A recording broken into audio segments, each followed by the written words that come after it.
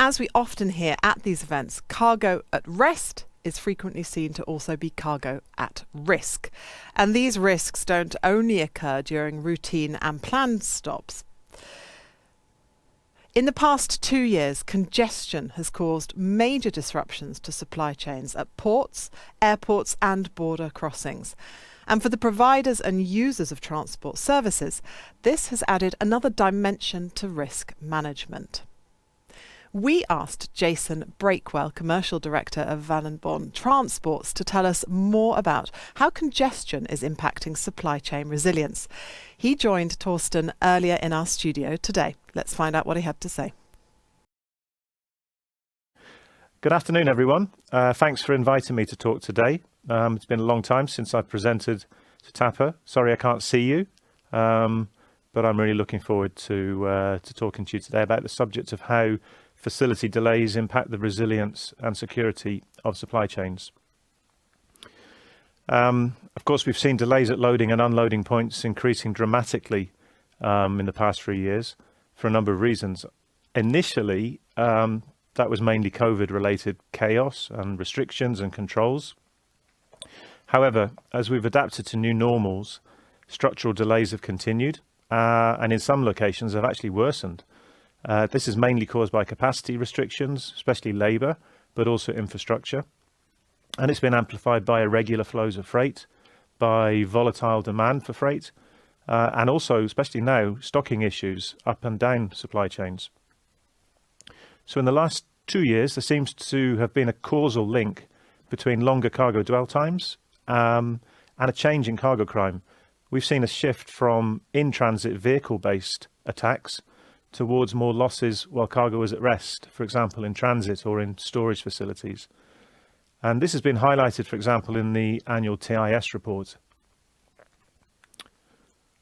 So I'm speaking today about the consequences of delays on road transport, which is my speciality, and I'll focus mainly on how to manage these delays, what the potential impacts of delays could be. But before getting into that, I need to highlight another significant consequence, which shouldn't be underestimated, another significant consequence of growing delays, and that is truck driver retention and also recruitment of drivers as well. So we know there is a big challenge to find and to keep drivers across Europe. And one of the reasons for that is that drivers want to drive. Drivers want to be able to optimize their shift times, and of course they want to reach their pre-planned destinations and their waypoints. And today's topic, delays at loading addresses, is obviously having a big impact on that. It's an extremely tight labour market at the moment. This has been exacerbated by the effects of the pandemic, and especially in the last 2 years by the consequences of the European Union mobility package. So when drivers' time is wasted, and that's the only way of putting it, when drivers are delayed, when they're delayed because they're waiting to be loaded, because loading is taking too long, unloading is also disrupted, many drivers simply leave the industry.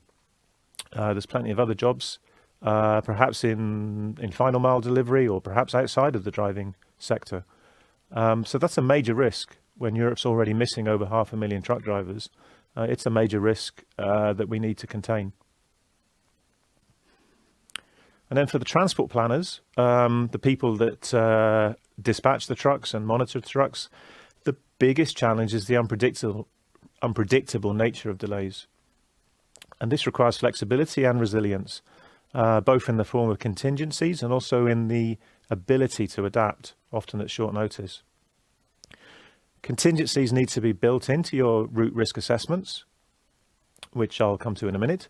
Adaptations, they could include deployment of separate resources. That could be additional or extra or different trucks, different drivers. Could be drivers dedicated to loading and unloading trailers at the most congested hubs. Other solutions could be standby drivers or a second driver or a relay driver, just to mitigate the impacts on drivers' working time. And as always, keep coming back to two critical elements, which are collaboration and communication. These two things are at the heart of a successful business continuity plan that ensures stakeholders understand and respect each other's constraints and tolerances. So I mentioned I was going to dive into route risk assessments, and I want to explain some best practices, actually by starting at the end of the line rather than at the loading place. So when creating route risk assessments, RRAs, most of us work back from the delivery point. We pay special attention to times and days when inbound cargo cannot be accepted. And I must say, a problem that we face much more frequently this year. So here I'm talking about post-pandemic, the post-pandemic operating environment. The problem more frequently is that warehouses reject deliveries because they have no spare capacity. Even highly vulnerable cargo on trucks with pre-agreed delivery slots can be rejected, and often is rejected. So when the truck drivers check in at the gatehouse, they're told the warehouse is full. Now you probably have already got protocols in place to ensure that drivers always follow the stop, call, wait procedure. But you also need to have a robust contingency plan ready, and it needs to be well rehearsed and needs to be implemented immediately in these circumstances.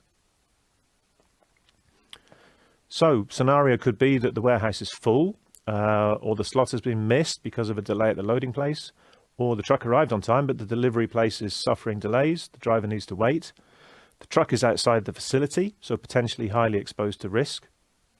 And the facility might allow the driver to bring his truck in, or at least their loaded trailer could come on site, but that option is not always offered to the driver. So you need to be prepared to immediately start active monitoring of your assets. That's the driver, their vehicle and the freight. And you need to maintain active monitoring until they're all in a safe place. You should also include a buffer. In fact, you need to include a buffer that gives the driver sufficient time to divert to a secure parking area. Now, this is a standard element of any RRA. You need to establish a series of safe havens where drivers can go in case they're delayed on the route, but you also need to have this backup option for each delivery point in case it's not possible to deliver to the consignee. As always, you must immediately notify your customer when a delivery is rejected, and make sure you ensure that the driver waits at the delivery site. Preferably, the loaded trailer should be parked inside, and the driver should wait there until the customer confirms the next steps. In my experience, the shippers are often able to negotiate and persuade consignees to accept the delivery, but it can happen that the loaded truck is not offloaded and it needs to be diverted to a secure parking site where the driver can stay, take a rest and deliver the next day. On rare occasions, that may not be possible. There may be no parking nearby. We may need to scramble a second driver or a relay driver, and the truck and the freight have to be returned to the sender. So it's a clear necessity to have protocols in your security operating procedures that cover all possibilities and all eventualities in case cargo is rejected. So now moving to the front end of the RRA, that's the loading process. I would say this year, especially, our experience has been that even when slot management procedures are in place, it's taking much longer for trucks to be processed at loading places. This can be due to congestion. There's obviously a lack of labour and more importantly, a lack of experienced labour at many warehouse operations. It can be because the freight is not being pulled on time. Could be because trucks are taking longer to load. And often we're finding that working areas, so that could be the truck loading area or areas within the warehouse, are completely gridlocked. Therefore, your RRA needs to be capable of adapting from a typical to a worst case scenario. In the worst case, the RRA will guide the decision-making process in terms of how to adapt a journey when departures are moderately or even severely delayed. And the RRA needs to offer transport dispatchers a choice of secure parking places at different ranges from the departure location. So the RRA also needs to consider the consequences of late departure. in respect of a number of things. So, for example, how easy is it to book new slots at the delivery location? If a border is being crossed, for example, if we're going through Switzerland, if we're going into the UK or out of the UK, border crossings might be closed at night. Customs offices might be closed, so we need to consider the opening hours of the customs offices.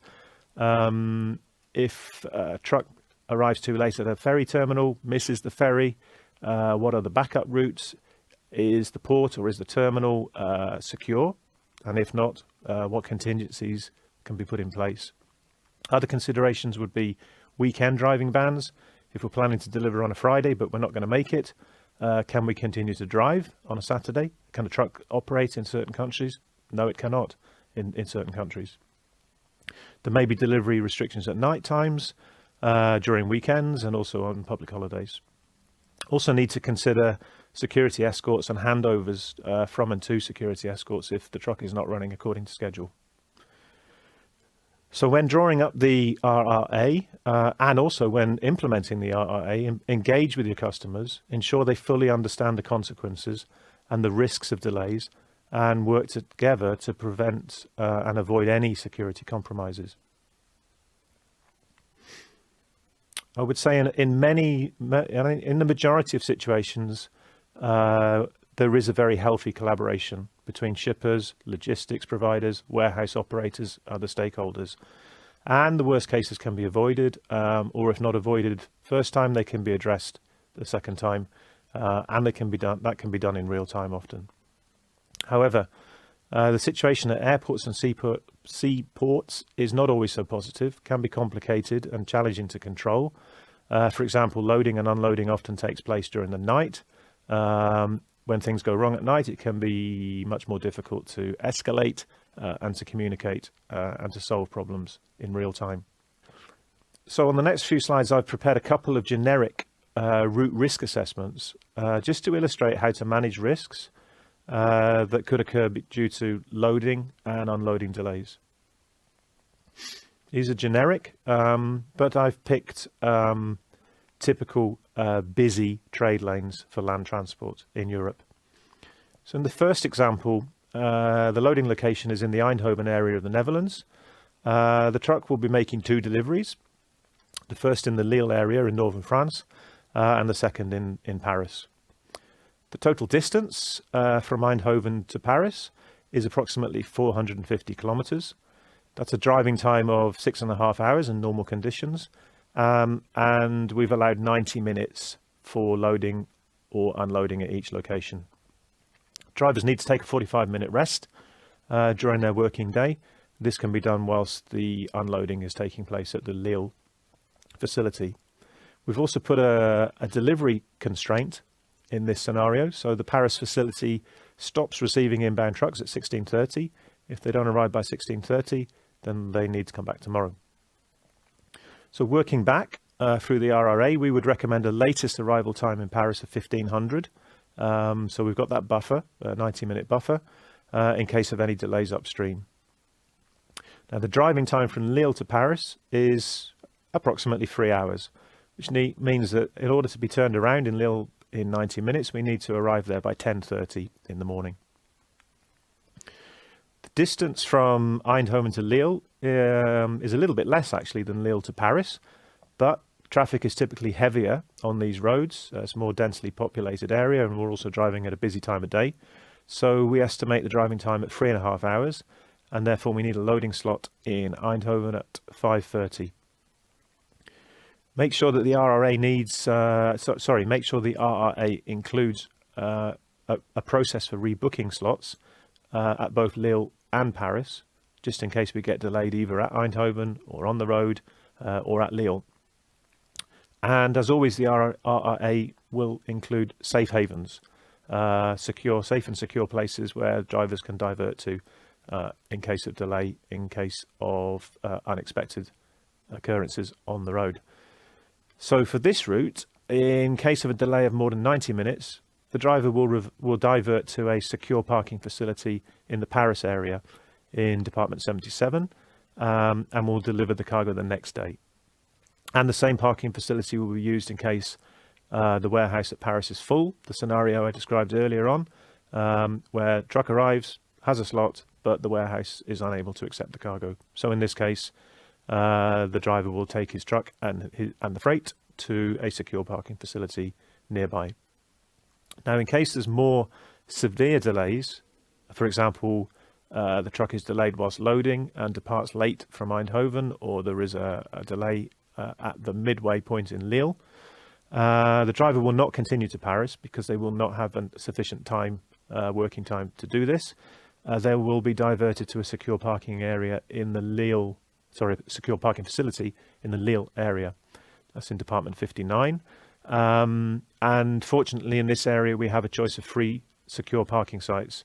That's very handy because there's very high demand for safe and secure parking in northern France. And moving on to the second generic example, this time involving a trip from Stuttgart in southern Germany to Milan in the north of Italy. That's a distance of around 500 kilometers. We'll be driving via Switzerland in this case. Driving time is approximately 7 hours in normal conditions. Conditions in the wintertime may not be normal. There can be disruption. Roads can be blocked in Switzerland by heavy snowfall, but we count normally on 7 hours. We are expecting loading and unloading at each location to take 90 minutes, and we're also allowing 90 minutes to cross the border from Germany into Switzerland and from Switzerland into Italy. And we also need to take into consideration that trucks cannot drive in Switzerland between 2200 and 0500 during the week. That's a blanket ban on all trucks, and there is also a complete driving ban on Sundays in Switzerland. In this case, the Milan facility is open 24/7, so that gives us more flexibility. But there's less flexibility at the start of the journey because the Stuttgart facility is only offering slots between 10 in the morning and 1600. We want to report at 10 o'clock. We want to make an early start, and we expect to depart from Stuttgart at 11:30. Doing this, the truck will reach the border between Germany and Switzerland at around about 1500, and from there it's a 5-hour journey into Milan, meaning the truck should arrive there by 2000. So here I've outlined 3 potential contingencies in case everything doesn't go to plan. So a small delay, let's say 2 hours, will give the driver insufficient time to deliver, unfortunately. So they'll need to divert to a secure parking site in the Milan area, and they'll deliver the freight the next day. There's free secure parking options in the Milan area, well recognised safe places for trucks, freight and drivers. These are in postcodes 20 and 21, and they can also be used in case the driver arrives at the Milan facility and we have this scenario where the facility is full and the freight is rejected. So that's a delay of about 2 hours. But a longer delay, because of the routing through Switzerland, will have further repercussions.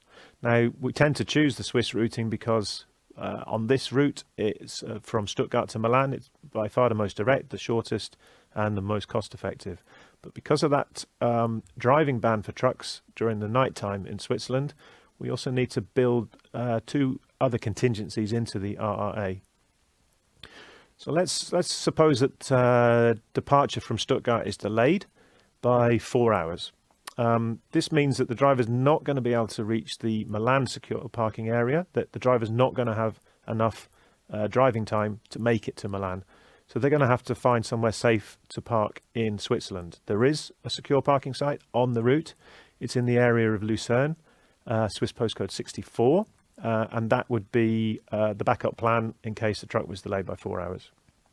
If there was a longer delay, for example, 6-hour delay, and departure from Stuttgart was only at 16:30, that puts the Lucerne secure truck stop out of range. The driver's not going to be able to get there before 2200. 2200 is when all trucks have to stop driving in Switzerland. So we cannot take the risk that the driver might have to park on the side of a road or at a gas station in Switzerland. It's a safe country, but it's not guaranteed that there will be no risk. So in this case, we have a contingency, which is to divert the truck to a secure parking site near Mulhouse. That's in the French Department 68, just on the north side of the border with Switzerland. And driver will take a full break there and will continue his journey in the morning. So there I've outlined some contingencies in different cases. Happy to go into more detail if anybody has any questions on that. And I'd like to hand it over to Torsten now and perhaps take any questions. Thank you very much. Jason. Thank you. Thanks for this one. Amazing presentation. So let's really start with some questions, okay? Because you mentioned, like delays and everything. So are you able to quantify really how much delays grown in the recent years? That's a good question. And it's a challenge because the delays are different from place to place, from hub to hub, from mode to mode as well. Yeah. But I would say over the last 2.5 years, from 2020 through to right now, we've experienced an increase in delays, both loading and unloading, of between 25% and more than 100%. So it's significant. It's a considerable amount. Yeah. That's the average truck processing times. I would say more than 3 hours. Between 3 and 4 hours is the average truck processing time right now. Now you have to consider that's about 1/3 of a driver's shift, of a working shift. So these delays, they're eating into the distances that a driver can cover while they're actually on the road. They're hitting operational productivity of transport companies, and they're hitting the bottom line as well. They're reducing fleet availability and profitability. That's a really high number, and I think a lot of people and companies do underestimate really what does it really mean, like 25 or 100%, and what really, and I think your example related to the 3 hours is amazing, so can you really give us more useful tips how you really protect your supply chains today? I can, and I can give you a very useful tip, which not so many people know about, but it's quite technical, so I need to get this right, but it's very valuable to know. So there is a European regulation. It's the EC 561/2006. Okay, don't forget that. Okay. And this lays down the rules on driving times across the European Union. If you look at Article 12, you will see a special clause about driving times, breaks and rest periods, specifically for drivers engaged in the carriage of goods, but also passengers. So that's truck drivers and bus and coach drivers. Now, the regulation as a whole, it aims to promote improved monitoring and enforcement practices within the member states, and also improve working practices in the road transport industry. Now, Article 12 enables drivers to extend their driving and their working times in exceptional circumstances, which means that if they are delayed, if they reach the end of their driving shift, they are actually permitted under European law to drive to a safe and secure parking place. So normally, once their driving time is up, they have to stop. Wherever they are, they have to stop. But if there are exceptional circumstances, and an exceptional circumstance could be they have vulnerable cargo on board, they're not able to deliver it for whatever reason, they've been delayed, they've been rejected, then the law states that they can continue to drive until they reach a safe and secure parking place, providing road safety is not jeopardized. So obviously if they're feeling very tired and there could be a safety risk, then they mustn't do that. But in general, they can depart from Article 6 to 9. Article 6 to 9, they regulate the extent that is necessary to ensure the safety of people on the roads. Okay. That's really interesting. I think my main question on this one would be, are the police forces aware of that? Not always. Not always. You're absolutely right. So normally in such a case, if the police were to stop a driver, you need to have an escalation process, because it may well be that you need to escalate really to the director level of your company, to the CEO or the COO, so that they can engage with law enforcement. And that's another good point, actually. You must have a protocol in place so that if police are involved, if the police stop a driver, could be a routine check, you must have a protocol in place that raises the alert level, so that because it may not be genuine police, as we know, all across Europe. That's a tactic that's used by criminals sometimes to disguise themselves as police officers. Oh, wow. Yeah, that's really interesting. So let's come to the final question. Okay, so we are really coming from one crisis to the other one, and we are really running into a kind of a situation where it's very difficult to really predict what's going on. But so what is your view on 2023? Well, you're right, but fortunately, we are crisis managers, aren't we? That's our profession these days. It may not be on our CVs or our job descriptions, but that's what we do. We manage crises. Yep. I have to say, I expect there's going to be more turbulence in our world. Cargo flows will continue to be affected by all the things that you often warn us about. So that's supply constraints, that's bottlenecks within the chains, ongoing labour issues. This is not going to go away for a long time, and more trade disputes, I think, coming in 2023. For example, between the US and China, I think that's going to bubble up again.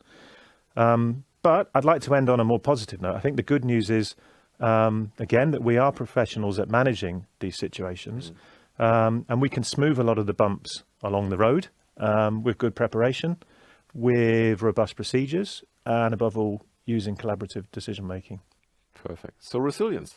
That's exactly what it is, you know. You're right. Absolutely. So I would like to say thanks again, Jason, that you were here in our nice, TAPA EMEA studio here in Germany. Thanks again. I would like to hand over to Sam Pauly as our host, and I hope you enjoyed it so far. And let's continue. Thank you.